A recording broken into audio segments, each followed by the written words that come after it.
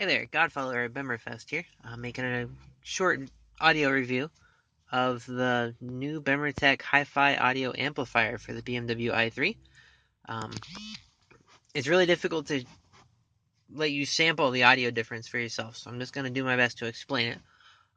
Real quick here, once you get the amplifier installed, this is the software that you have to work with if you choose to tweak it yourself. Otherwise, you can use the pre-built one. It comes with an audio tune that Bimmertech has worked on and have narrowed down to be what they think is the best one for the BMW i3. But if you choose to change it, it's completely unlocked and available for you to do so.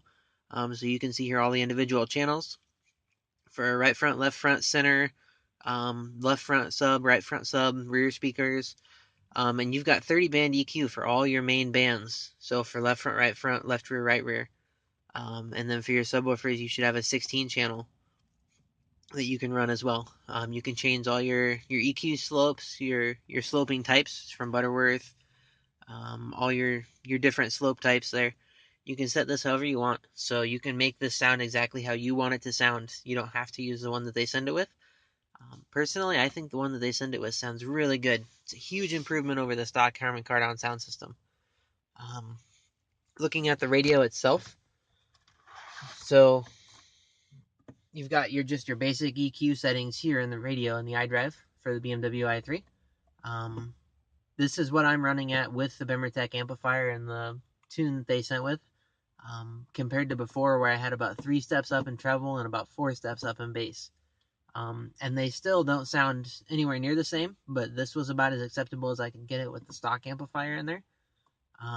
Bass response is that much improved in the car, and treble is much clearer. All your high ends, your mids, everything is a lot clearer with the Bimmertech amplifier installed. Just a huge difference in the car. Very pleased with it. I love it that's louder, so you're not running the volume as hot in the car, which also is a side effect of making the PDC beeps louder, which I personally enjoy, but if you don't, you can always change that setting in your car as well. None of that's locked in, so if you don't want it louder, then turn it down. You can turn that down right in here. PDC settings, your gong settings, all that's variable in your iDrive. So you can see I turned down my gong because it was made louder as well with the new amplifier. But the clarity is the biggest change that I noticed in the amplifier. All my highs, my mids, they came through a lot clearer. It sounded like they were a lot less muddled. Everything was split up like it should be. Playing with the amplifier, just looking at the different channel settings that they've got.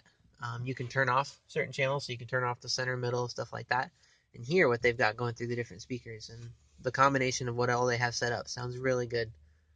So definitely a worthy investment in my opinion. Glad I bought it. It's a big thing for me, audio.